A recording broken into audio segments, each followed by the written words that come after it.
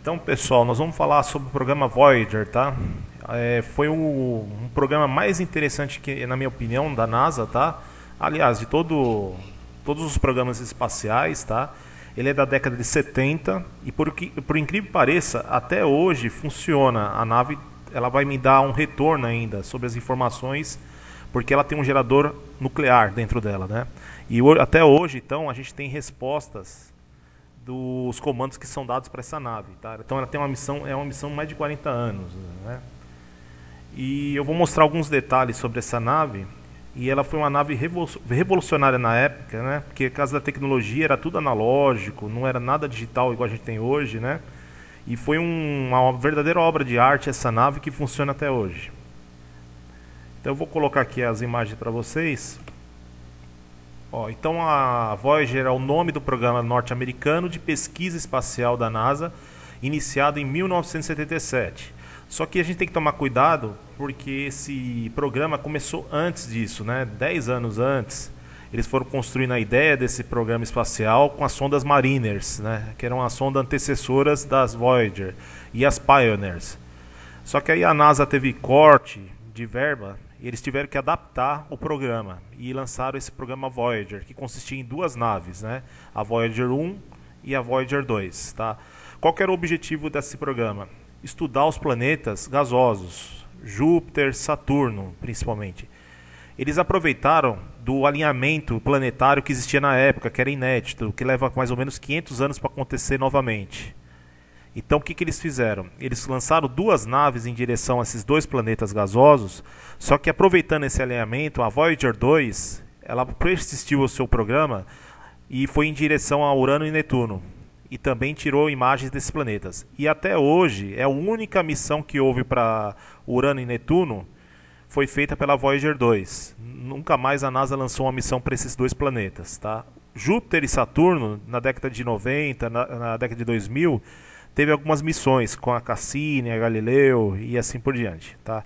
Então quando você vê essas imagens de livro dos planetas aí, geralmente foram imagens coletadas pela Voyager, tá?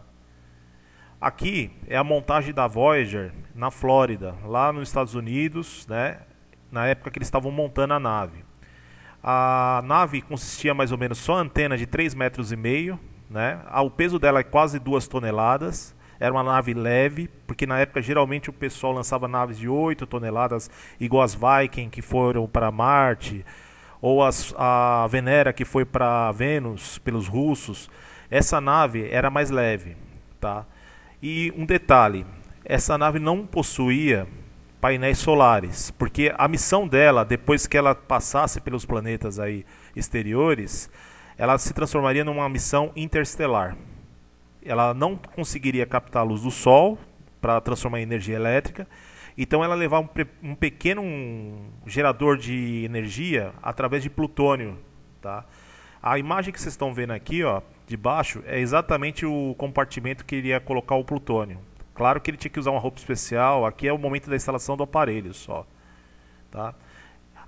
Cada nave carregava um disco, que depois eu vou comentar com vocês o que seria esse disco, tá? Então aqui é a preparação das Voyager 1 e 2 para o lançamento, tá? Tudo bem até aí? Rodrigo, tem alguma pergunta? Vamos lá, a característica da sonda, né? Essa sonda, ela é basicamente dessa forma. Quando ela foi lançada, essas hastes que vocês estão vendo de aparelhos, elas eram comprimidos, né, para ficar dentro do foguete, da cápsula dele, do foguete Titan 3 Centauro. E todos esses equipamentos aqui eram usados para a questão de estudo de radiação, a tirar foto, o campo magnético do planeta, né? A questão também do plasma, a quantidade de plasma que se detecta no espaço até uma certa região. No final nós vamos ver um gráfico original para saber qual foi o momento que essa sonda saiu do sistema solar, tá?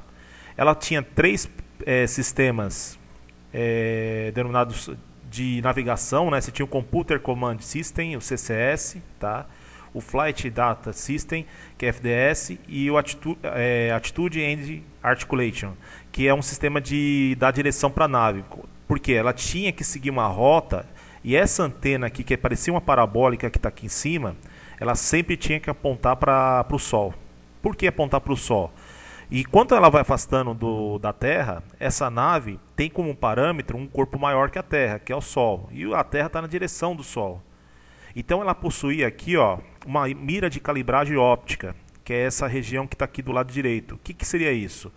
A luz do Sol batia aqui de uma maneira que, se a nave perdesse esse rumo, ela corrigia automaticamente. Tá? Então é como se fosse um Android hoje do celular. Quando você mexe, ele vai dando a direção certa, né? Ele vai dando a imagem, por exemplo, da vertical e na horizontal. Só que ela corrigia com propulsores, né? Se eu não me engano é benzina, resfriado com hélio líquido, tá? Que ficava dentro dessa nave. O disco ficava aqui. O gerador de energia nuclear, que dava a energia elétrica para a nave, e a energia térmica, porque no espaço é muito frio, né, e tem a questão da radiação também em algumas regiões, ficava nessa ponta aqui para não ter interferência nos aparelhos. Magnetômetro, para medir a questão do campo magnético do local que ela está estudando. Uma antena de alto ganho, que a gente chama de... o pessoal chama de chicote na linguagem popular aí, em eletrônica, que apontava para a Terra e mandava as informações, tá? A mira óptica que eu falei, e aqui ficavam os aparelhos de imagem. Todas as imagens que a gente tem em livros hoje, de enciclopédia ou na internet, saíram desse equipamento que está aí na ponta da nave, tá? E o espectrômetro, que é um aparelho que nós vamos construir depois, tá? Aqui é o gerador termoelétrico da nave, usava plutônio 239, tá? É um parente próximo do urânio. Até hoje funciona. A previsão é que tenha energia até 2020, até esse ano. Porém, ainda ela está dando comando. Semana retrasada, o pessoal, pela primeira vez depois de 40 anos, eles ligaram o motor de novo da nave e funcionou, tá? Eu preparei o slide antes, essa notícia foi depois que eu preparei o slide. Foi até interessante que coincidiu com essa aula de hoje, tá? A questão do plutônio aí, ele produz uma potência de 470 watts a 30 volts, né, que você tem de energia gerada. E além do calor, que é importante para manter os equipamentos funcionando. Tá? Esse disco aqui, em cada nave eles levavam um disco de ouro com informações da Terra, em relação a sons, questões de imagem e tudo mais. Por que disso? Carl Sagan foi um cientista importante na divulgação científica, né? Ele teve essa ideia porque, caso uma civilização consiga ter contato com essa nave, que ela está em direção ao sistema Alfa do Centauro, que tem 2 estrelas, né? E o sistema interestelar, a civilização que capturar essa nave, ela vai ter informações de quem é a pessoa que construiu essa nave, com as características do ser humano, por exemplo. Então tem som de várias línguas, né? Português também, imagens, questão da nossa genética, tudo está nesse disco aí e está preso na nave, na sua fuselagem, tá? Então elas vão sair do sistema solar, já saiu, alguns anos eu já vou comentar, e ela está indo, sem ela não bater em nada, nenhum astro, né? Chegar aí perto de uma outra estrela, ela vai perseguir seu percurso, né? E se uma civilização capturar essa nave, se existir, claro, ela tem essas informações. A NASA colocou esses 2 discos de ouro com essa informação, tá? Então vamos à missão, né? Então aqui é original, tá na época. Foi lançado primeiro a Voyager 2 em agosto de 77 e em setembro de 77 foi lançada a Voyager 1, tá? O foguete que foi usado foi o foguete Centauro. Ele tem 635 toneladas. Só dessa quantidade total do foguete, 500 era de combustível. Por que ele tinha que usar tanto combustível? Porque a questão do alcance desse foguete aí, ele sair do sistema solar, ele tem que ter um empuxo grande de energia, né, para conseguir sair do campo gravitacional dos planetas, né? Só que esse combustível, ele acaba logo, tá? Então o que eles fizeram para conseguir alcançar as bordas do sistema solar, né, e capturar também as fotos dos outros planetas sem precisar, né, acionar foguetes? Ele usou uma coisa que é usado em algumas missões, que é a assistência gravitacional. O que ele faz? Ele passa próximo de um planeta e a gravidade desse planeta ele vai começar a jogar você mais rápido para outra fase da missão. É igual quando você pega uma chave na mão e você tem uma cordinha, você para, ela fica girando cada vez mais rápido no seu dedo, quando ela se aproxima. Só que essa nave ela só pegava a borda dessa gravidade para acelerar e ia para outro estágio, né? Até chegar no planeta que ele queria estudar. Então você percebe ali, tem o desenho da direita, a Voyager 1 e 2, eles capturaram a gravidade de cada planeta, e a Voyager 2 passou ainda por Urano e Netuno, antes de ir para o sistema, fora do sistema solar, aliás, né? Que já foi confirmado com equipamentos que eu vou falar no final da aula, né? Com medições que a gente vai ver daqui a pouco num gráfico, que ela já está fora do sistema solar. Tá? Cada passagem no planeta, o que ela fazia? Media tudo, as propriedades magnéticas, a questão de tirar foto, a cada passagem que ela fazia próximo de cada planeta. Tá? Essa missão foi a mais cara da história, tá? Em relação às sondas espaciais. Então aqui a gente tem uma imagem e os planetas que ela começou a explorar, né? Além dos planetas, essas sondas elas capturaram informações de luas desses planetas, tá? E algumas mostraram umas coisas interessantes que a NASA veio a estudar depois na década de 2000, lançando até naves para esse sistema. O primeiro planeta que ela alcançou foi o planeta Júpiter, em 1979. Ela foi lançada em 1977, para você ver como que é longe. A detalhe da velocidade, tá? A nave Voyager 2, a velocidade dela é 17 km por segundo. Então, eu falo 1, ela percorre 19 km. A Voyager 1, ela tem a velocidade de 17 km por segundo. Então, uma é 19, a outra é 17. Tá? Quilômetros por segundo. Então eu falo 1, ela vai percorrer 17 quilômetros. Então ela chegou só em Júpiter em 1979. Aí ela tirou essas fotos aí, todas essas imagens que vocês estão vendo aí vieram da Voyager, tá? Eu peguei do site da NASA e outras agências espaciais. Essa tempestade que vocês estão vendo agora, cabem 2 terras dentro dessa tempestade. Tá? Então aqui, onde você vê a grande mancha de Júpiter, era uma coisa que a gente ia ver presencialmente no telescópio, né? Mais para frente a gente pode ver, cabem 2 terras aí dentro. Aqui do lado direito você tem 4 luas que o Galileu observou com seu telescópio, quando ele inventou o telescópio dele astronômico, né? Que é Calisto, Io, Ganymedes e Europa. Tá? Aqui a imagem da Voyager aproximando, acelerando a imagem. A qualidade da imagem era em preto e branco, depois era trabalhado com cores, né? E se descobriu algumas coisas interessantes, né? A maior formação de questão de substância química de Júpiter é em relação ao hidrogênio. Tá? E tem um detalhe, Júpiter quase virou uma estrela, a gente teria 2 estrelas no sistema solar. Se eu não me engano, faltava 20% de massa para tornar uma estrela. Tá? E aí toda a informação que a gente tem de Júpiter, de temperatura, a composto químico, veio da Voyager com os aparelhos que ela mediu. Tá? Aqui são as 4 luas de Galileu. Né? Você tem aqui algumas luas que a NASA tem a ideia de lançar missões para pousar naves, né, para pesquisar o que há na superfície dentro da Lua também. Por exemplo, a Europa, que é a última lua do lado direito, vocês veem os risquinhos, é uma lua que embaixo tem um oceano e na superfície é um gelo. Então a NASA tem uma missão que quer perfurar o gelo para lançar um mini submarino dentro dela para verificar se existe alguma vida ou um tipo de sistema diferente que a gente conhece aqui na Terra. Tá. Depois a Voyager foi para Saturno. Em 1981 ela chegou em Saturno.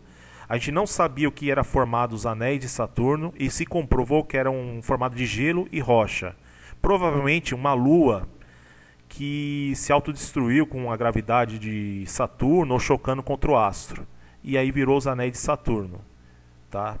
A Voyager conseguiu também tirar fotos das luas de Saturno, algumas. Né? E uma deixou os cientistas muito empolgados. Né? Que até em 2005 lançaram um rover para pousar nessa lua, que é a lua Titã. Tá? A lua Titã, essa lua que está do lado direito na parte de baixo ali de Saturno. E eu coloquei as 3 principais luas de Saturno aqui, Encélado, que é uma lua também importante que o pessoal estuda, e Calisto. Mas essa lua aqui é a mais importante porque, se você perceber, ela tem uma camada aqui de atmosfera. E tem atmosfera essa lua. É a única lua do sistema solar que tem atmosfera. E é formada de nitrogênio. Muita gente acredita que essa lua, os cientistas fizeram alguns testes de laboratório, que essa lua parece muito a Terra no início da formação da Terra. Tá? Então a NASA lançou uma missão em 2005, pousou uma nave e tirou fotos da superfície de Titã. A Voyager ela não pousava, ela chegava próximo, tirava a foto e ia embora. Então a NASA, percebendo que tinha atmosfera, eles ficaram muito empolgados para pesquisar essa lua de Saturno, Titã. Tá? Ela é formada por metano, basicamente os compostos, e nitrogênio. Tá? Depois, a Voyager lançou o seu caminho, a Voyager 2, porque a 1 foi fora do sistema solar de imediato, depois por passar por Saturno. A Voyager 2 aproveitou o alinhamento e passou por Urano. Ela foi lançada em 1977. Ela só passou em Urano em 1986. Tá? Velocidade da nave, 17 km por segundo, aproximadamente. E aí, ela pesquisou a questão do campo gravitacional de Urano e percebeu que Urano tem uma situação estranha. Vocês estão vendo do lado direito superior, ele não tem uma inclinação parecida com os outros planetas. Ele é quase totalmente tombado, formando 90 graus de rotação. Tá? E o pessoal estuda muito essa questão desse tipo de rotação que Urano tem. Aí tem um satélite chamado Miranda, que é o maior que tem de Urano. E ela tirou informações de outros satélites também, descobrindo mais 4 satélites que eu não coloquei a imagem aqui. Depois, a última missão foi em 1989. Então passou bastante tempo aí. Ela passou próximo de Netuno. E aí verificou uma situação estranha. Tem uma lua em Netuno que ela gira ao contrário. Geralmente as luas dos planetas elas acompanham o movimento de rotação. Por exemplo, a nossa lua, você percebe que o movimento dela é do leste para o oeste, porque ela acompanha o movimento de rotação da Terra. E já em Netuno, a única lua do sistema solar que faz ao contrário é Tritão. E aí, com previsões matemáticas aí, os astrônomos fizeram uma dedução que provavelmente Tritão era como fosse Plutão, um planeta um pouquinho mais afastado, menor, planetoide hoje, mas antigamente Plutão era considerado planeta, e Urano capturou esse planeta com a gravidade dele. E ele gira ao contrário no sistema de Urano. Tá? Depois disso, a Voyager foi para fora do sistema solar.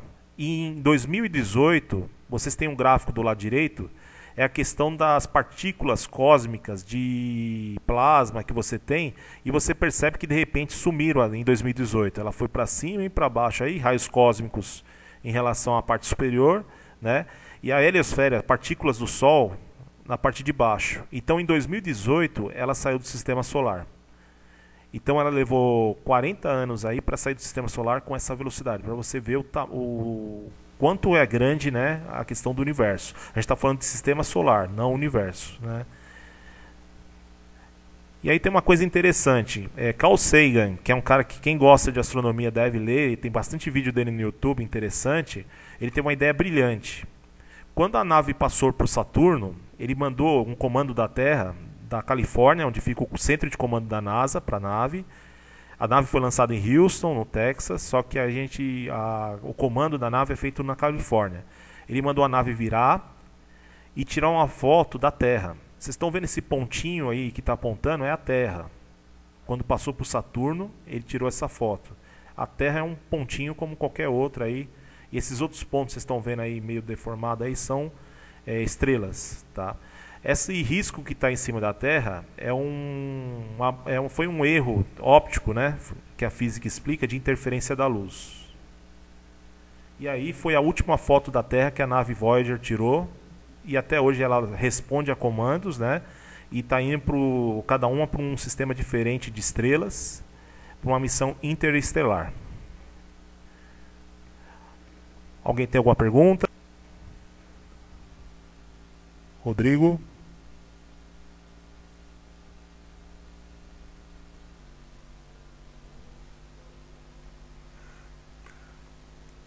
O núcleo dele tem rochas, sim. Tá? Netuno, por exemplo, que é gasoso, O núcleo dele é formado por material sólido que você pensou do tamanho da Terra, por exemplo. E tem umas coisas interessantes, né? Se a gravidade é tão intensa que Netuno e Saturno, aliás, né, pesquisaram que tem chuva de diamante. De tanta pressão que existe, o carbono vira diamante, né? Então o nosso escudo natural, quem não sabe, é Júpiter. Se Júpiter não tivesse ali naquela posição do sistema solar, a Terra seria atingida por vários meteoros, né, que poderiam destruir até a vida aqui. Só que Júpiter é tão grande que a gravidade dele puxa. O último foi o meteoro Shoemaker, né, que em 1994 foi despedaçado por Júpiter, caiu em Júpiter. Então vários meteoros são atraídos por Júpiter.